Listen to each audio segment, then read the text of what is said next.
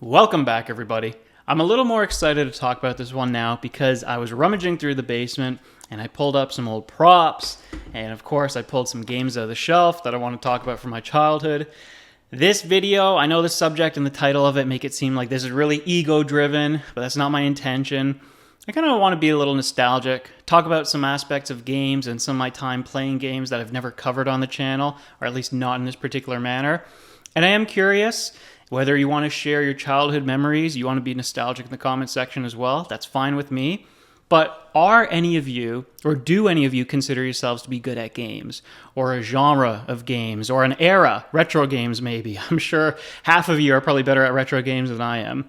These are my specialties. These are what I'm going to get into.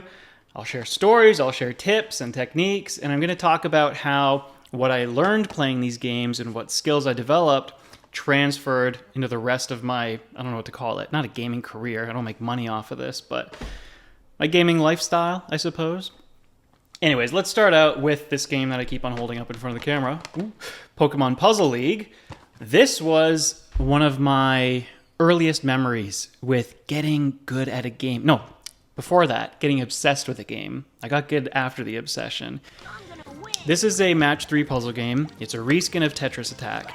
And you're basically swapping these tiles, trying to get 3 in a row. You could get 4, you could get 5. You could have tiles fall onto waiting blocks, and then that creates a combo.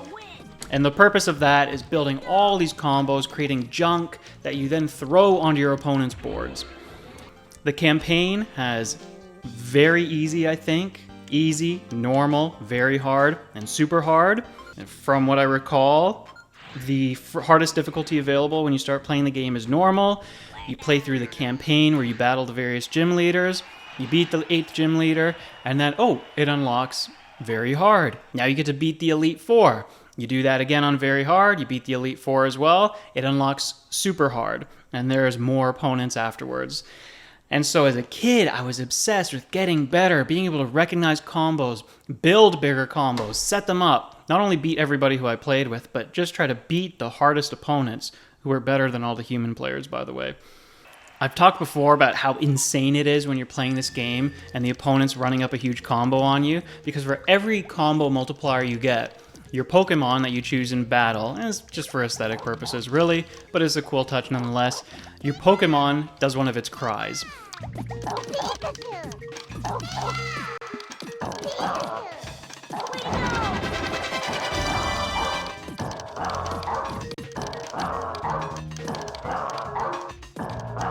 And the more you build that combo chain up, the more its cries become distorted. You hear this as the opponent, someone's dropping a huge combo on you. It's a little terrifying, quite honestly, because you got a Nidoking that's just growling and grunting, and it's starting to get all this reverb on its voice, or maybe you're up against Lieutenant Surge and Jolteon starts barking at you. When you get to do that to the opponent, or when you get to do that to another player, it is so satisfying. Building up a Bulbasaur or a Squirtle or whatever it is, and Squirtle's a really funny one because you hear this bubble sound effect in its voice as well. I wish I had better footage or more footage to show you guys, but in the times that I've gone back to this game, I'm just not as good as I used to be, and I could spend more time building up those skills, but I don't know, 10-year-old me, if he were to play me right now, I'm sure he would kick my butt. He'd be building up all those combos. His Pokemon would be screaming at me, and I'd be going, what did I get myself into? But it's really amusing nonetheless. And what I credit this game with is developing my reflexes and some critical thinking in games, because that is an important skill, and that's actually one that carries over into a lot of games as well.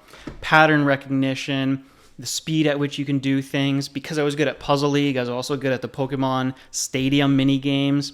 And it's just been something that I've always kind of prided myself on. Can I play quickly? Can I type quickly too? All kinds of things like that. So that is Pokemon Puzzle League, and we can move on to the next game now, Perfect Dark. And we're going to get into a little FPS thing going on here. The next couple of games that I'm going to pick up are FPS as well. This one, just like with Pokemon Puzzle League, I wanted to push myself. I wanted to get better, and I wanted to be able to beat the computers on the hardest difficulty. Also the campaign. So for the campaign, I have this over here, this beautiful strategy guide. I've talked before about how much I love the official strategy guides of all these games. This is detailing all kinds of stuff, tips. Oh, there's even a comic included. Look at that. This details tips for getting better results in the training grounds, I think. It tells you how to do the hardest, I think the perfect agent objectives on all the missions. So you can see here, I guess another explanation. First of all, it's a sci-fi FPS game, basically the cousin to GoldenEye, and you play as Joanna Dark going through all these missions involving aliens and government cover-ups and all kinds of cool stuff. The tech and the gadgets and the weapons are really fun to mess around with. The easy difficulties for the missions only have 1 or 2 objectives.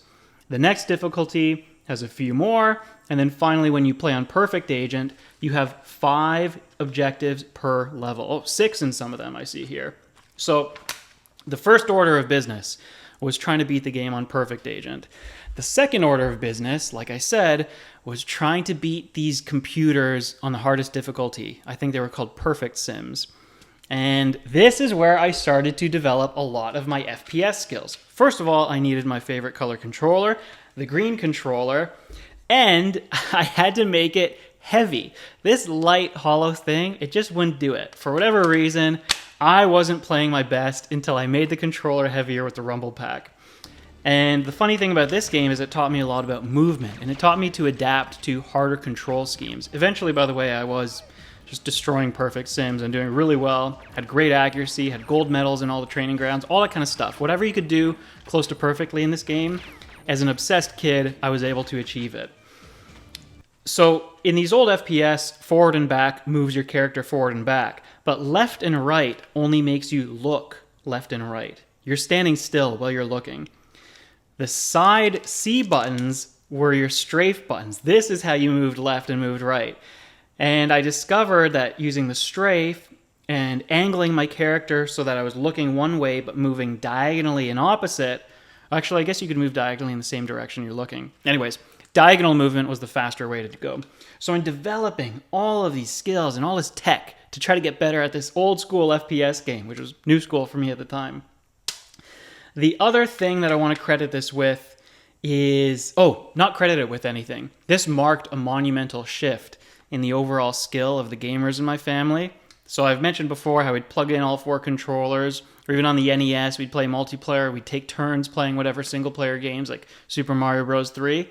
But this was finally a new leaf in my book where I went from being worse than my brother at games to better than my brother. And that also made me the best in the family at video games. Okay, the next couple of games that I'm going to talk about here, Halo 3 and Call of Duty 4. Call of Duty 4 is a little more secondary. Really, it's Halo 3. Now, going back to Halo, my friends had Halo 1. I did not. I mentioned how I went to one guy's birthday party, and he had an Xbox, and he had Halo playing, and I got to take a turn. I thought it was so cool. I don't remember what any of the conversations were like, but sometime later, I ended up with an Xbox as a gift and Halo as well, and I was fully locked in on the series from that day forward. Played Halo 2, and I started to get a little competitive with Halo 2.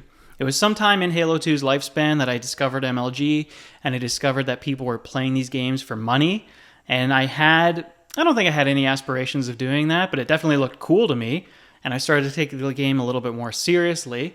I'm having all these flashbacks right now of my first time on Xbox Live, Halo 2 and the multiplayer lobbies, how you'd level up from 1 to 50, and as you advanced in your level, as you ranked up, the colors would change around your logo, your badge as well. I'm pretty sure I'm remembering it correctly, and I have no footage of this, but I'll see if I could find some photos online or something just to share it with you guys.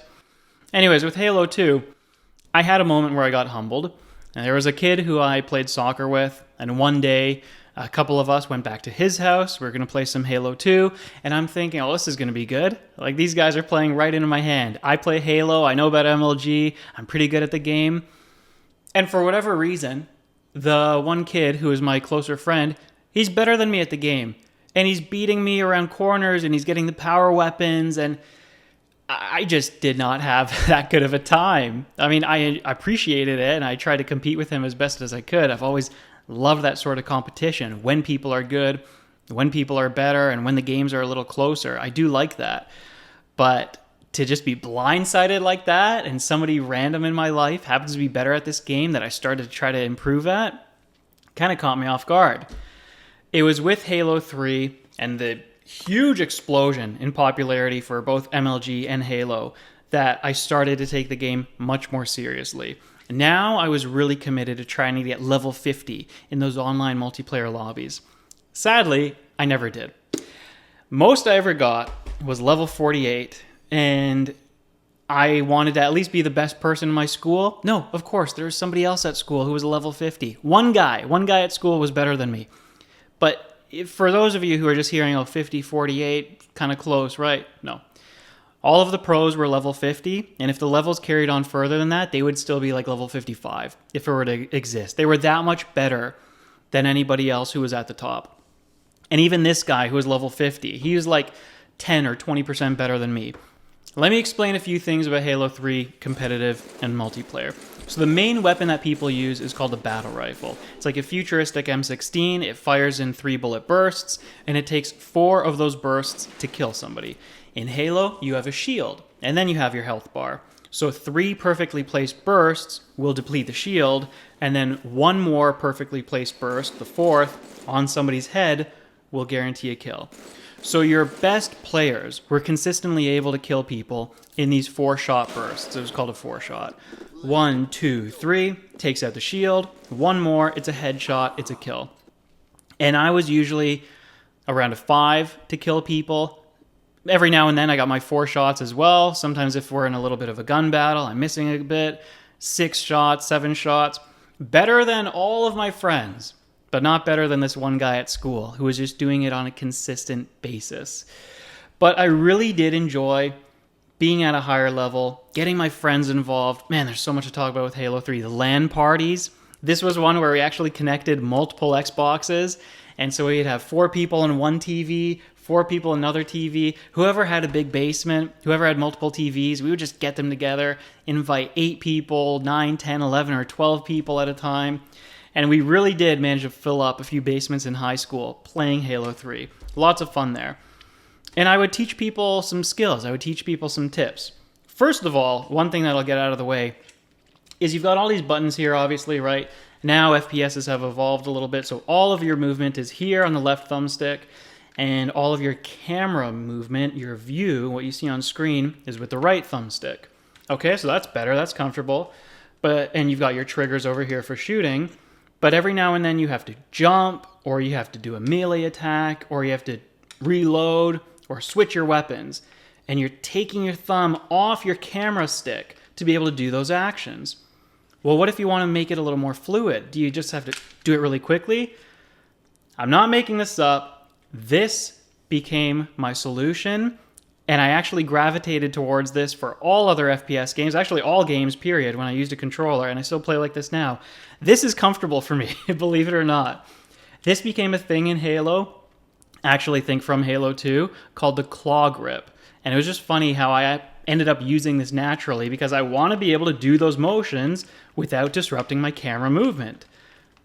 I know, it looks really insane, but it's comfortable for me, and I did it. Anyways, that's not something I would teach people to do. It's like, oh, do you want to try playing the claw grip? That's how you could get better. No. Here's an FPS tip for you. I don't know if it works with the boomer shooters and Doom clones, but anything like your Call of Duties and like your Halos, have your crosshairs up a little bit. Because one thing that I noticed with my friends who are not as good at FPS games is they would be looking down towards people's feet. I don't say aim towards the heads, because the heads on the bodies are smaller targets, but I would tell my friends, try to keep your crosshair at chest height for most people, so that at least you're not going to kill someone in 4 shots, because you need the headshot to be able to get the 4 shot with the battle rifle, but at least you're going to be landing more of your shots on that bigger target. And also, the nice thing about aiming upwards is you have more of the map in your field of view. Having it pointed downwards is limiting what you can see. You basically have like such a limited horizon in your field of view. So there's a general FPS tip. And also this is applicable for racing games too. A little variation, but I'll explain. In racing games, don't look directly at your cart or car. Look ahead on the road a little bit. Look about 2 seconds ahead on the track. And this is actually something to make you a better driver in real life. There's a study published on this, and you'll just have to look it up for yourself. I'm not going to spend time looking it up for you. But there was a study published that found that people were better drivers, had fewer accidents, etc., if their gaze while driving was set ahead a few seconds instead of being shorter, like one car ahead of them, which is only a half second or 1 second ahead. So to me, that's the same kind of skill and is transferable to all kinds of different games. If you're playing a racer, look up on the road. If you're playing an FPS game, bring your crosshair up so you can see more of the map. Okay, let's move on to a little bit of the Call of Duty 4. I feel like that Halo 3 section the whole Halo section was probably like a 10-minute conversation with myself. Call of Duty 4 was really just the other FPS game that I played so much. I grinded like crazy, and whatever I was doing in Halo 3, I was refining and honing in Call of Duty 4, and I was probably better at this game, even though I wanted to be better at Halo, because I played with a more aggressive play style. And I will try to mention that again later, because it is applicable. Oh yeah, and I have this. I feel like showing you this. Look at that nasty thing. The old Xbox 360 headset. So for a time, I'm sure, I would have plugged this in, popped it on my head, and of course, playing in those summer hours with the summer heat, this thing just started to get sweaty and disintegrate. It's nasty. I haven't used it in decades, but we'll keep it there, put that back. And now we can move on. Let's stick with this Halo 3 and Call of Duty era when I'm still in high school and talk about StarCraft. So I forget how it happened, but one day I stumbled upon these tournaments, these broadcasted, televised tournaments for StarCraft Brood War.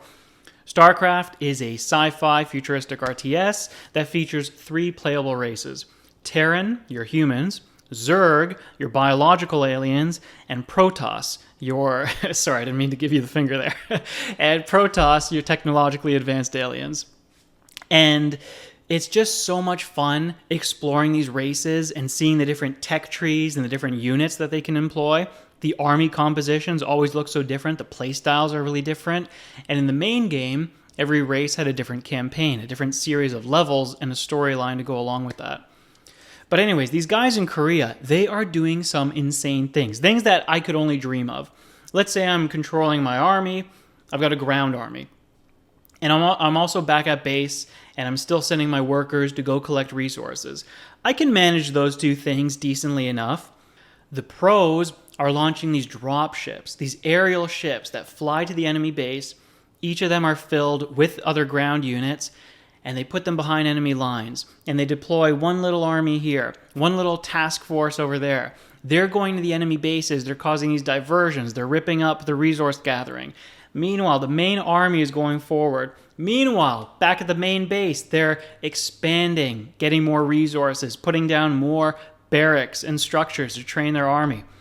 It's insane what these guys can do, and this is where I learned about micro and macro, or micromanagement and macro management. This is something that's key in your strategy games. Micromanagement typically involves the managing of your units, little things like army skirmishes and clashes, and controlling one or a few units. And your macro management is your resource and your economy. How well do you manage collecting resources on the map? How quickly and efficiently can you spread your bases out to do this mass resource gathering? And it's this combination of micromanagement and macro management that really makes the best players who they are. Anyways, I'll try to keep this short. So I'm going online. I'm trying to play these games one-on-one. I'm a little hesitant about apprehensive because I don't want to lose. Oh no, it's scary when you're versus one person. Team games, I was a little more willing to go in and mix it up because, you know, you're not solely responsible for losing. It's a big deal. And there's actually this funny term called ladder anxiety where people are afraid to queue up for 1v1 games, 1 versus 1, because the loss is entirely on you. It is a clear-cut test of your skills. Either you win or you don't. It's an indication of how skilled you are against thousands of other players, and it's an immediate test of how skilled you are versus your opponent. So a lot of people get weird about 1v1. It affects me sometimes too, but there were times when I just stuck with it. I said, you know what? I want to practice this strategy. I want to try to get good at this game, and I'm going for it. And there was this kid at high school from South Korea, and we got to talking one day after a science class or whatever, and StarCraft came up. He was surprised that I played. I was happy that he played, and we added each other on BattleNet, and we started playing a little bit online. And 1v1, he smoked me. I tried to keep it competitive, tried to keep it close. It is what it is. We played some team games, and we had some fun doing that for a few months that year. I enjoyed that. My love for StarCraft and for RTS, would carry on in a university with StarCraft 2. In its earliest days, with the first expansion of StarCraft 2, Wings of Liberty, the pro scene was a lot of fun to follow along. MLG, I mentioned them before, they stand for Major League Gaming. They were just this American company that was putting on tournaments for video games. They really coined the term esports and helped turn it into what you see today. They were putting on StarCraft 2 tournaments, and I'd see Canadian players and American players going up against the South Korean players, and the South Korean players were almost always the best. But whoever it was that I was watching, whoever it was that I was following, there were so many cool techniques and strategies and things that I would try to learn and adapt in my own gameplay. And I became kind of obsessed for a short time, because again, I'm not immune to this ladder anxiety either, but I really did my best to grind it out on the 1v1 ladder in Wings of Liberty. I wanted to be good with Protoss, I think, but they were a little dull in StarCraft 2. Zerg may have been my best, but I stuck with Terran. Terran was a lot of fun. I liked their different units, the Reapers, for example, these units with jetpacks that could just hop over these height differences in the terrain.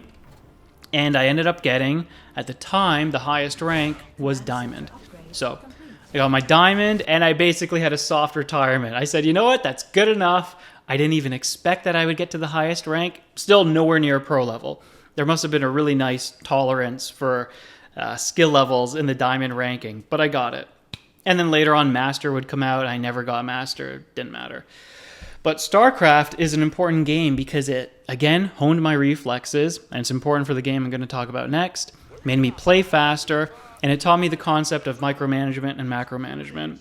And off the top of my head, since I've been talking for a while now, I can't remember exactly where I've transferred these skills to other genres, but it is something where it's just you think about the game differently. You start to analyze the games you play in these bird's eye views and also in these smaller scale views. Anyways, let's move on to Dota 2. So Dota 2, I'm also going to make this short. 1, because I feel the length of this video stretching out, and 2, because I've talked about Dota. So you could check out 2 videos on the channel. I will link them in the description. My gaming obsessions, I detail it very briefly there.